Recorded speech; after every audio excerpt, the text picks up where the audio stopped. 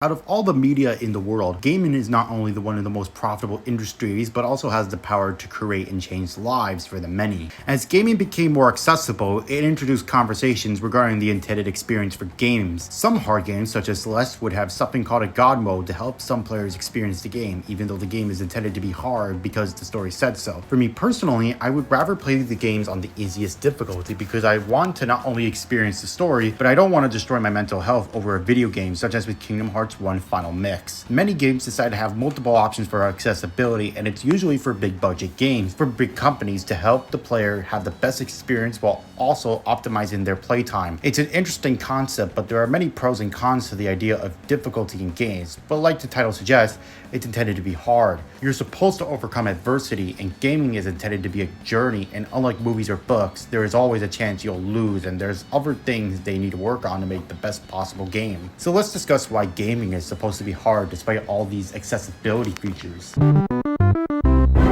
One of the most difficult video game genres has to be the Dark Souls type game. From experience with other games that follow the formula, they are intended to be extremely difficult action games with many great decisions regarding the overall experience. Since I'm one of those losers who want to beat every video game, it was kinda hard for me to get through the games. The difficulty was so difficult that with Liza P, I basically stopped playing before the prologue ended, and with Code Vein, I would stop at an early world because of such difficulty. I'm not the only one who thinks this way. When Elden Ring became the hot new game, many players did find it to be difficult, and for PC, there exists an easier version of the game that is technically a mod. This resulted in discussions about the overall intended experience and accessibility. What people need to understand that every game will value its gameplay differently. Some games, such as with Ubisoft or AAA experiences, will likely have more than one difficulty option, as this is the type of game that will be more advertised and will reach more people. A game with a massive story will also have difficulty options if the player decides to either enjoy the game or decide that the story is more important. But what if the gameplay is the story? Many games can follow this scenario, such as with Celeste indie game, where climbing the mountain is intended to be related to the character's problems and the overall story. However, I didn't play the games myself, so I personally can't say about the experience, but I can tell you about another game where the story is the gameplay.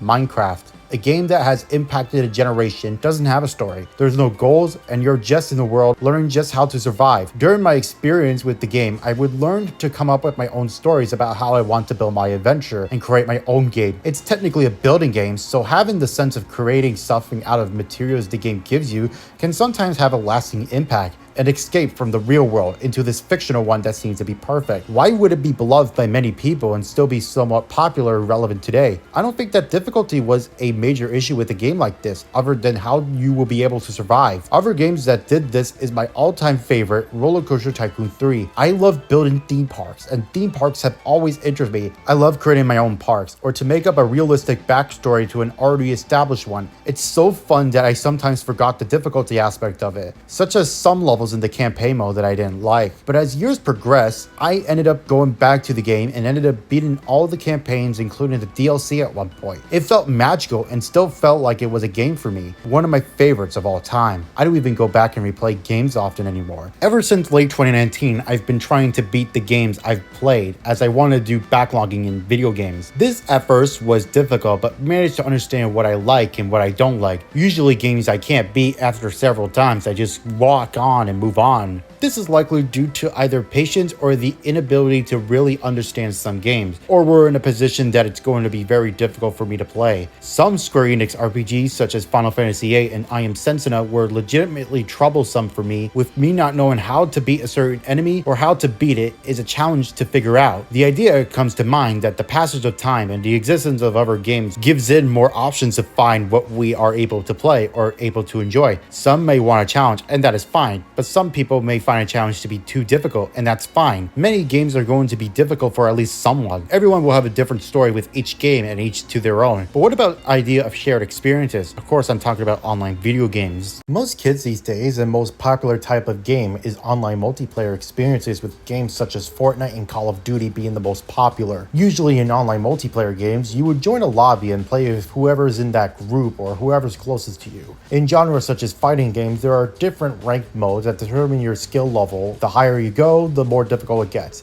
This is pretty standard, and unless you are a hardcore competitive player, it's usually intended to be a more difficult than usual game. Why is this the case? Instead of computers, it's actual people with actual skill level who knew the ins and outs of a game that will make it unfair. Online games are always a difficult experience to some degree, and you have a higher chance of losing than winning to some degree. The overall intended purpose of such a game is either enjoy it with friends or give yourself a chance against the best of the best. For me personally, online games is something I rarely do, but when the opportunity presents itself, I don't really feel the difficulty matters because that's what intended to be the case. Unless there are very few people playing a game, it's likely going to be filled with pros or random people who enjoy a challenge than anything else that we always come back more and more for.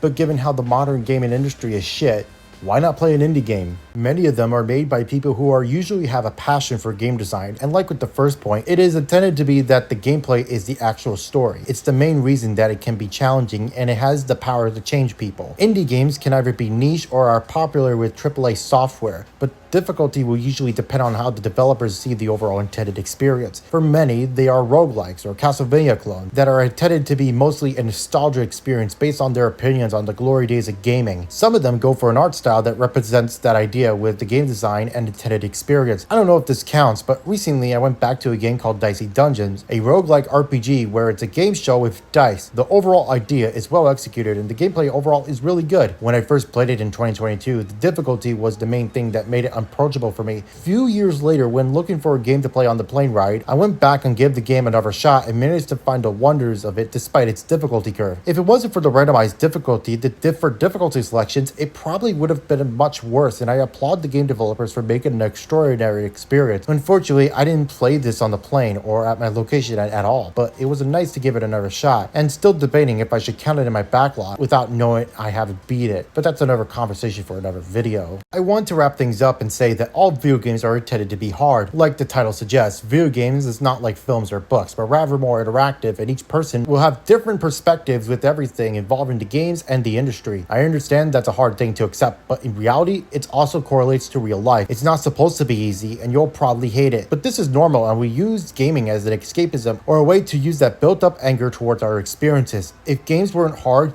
then we wouldn't need to play them. Every video game is Dark Souls.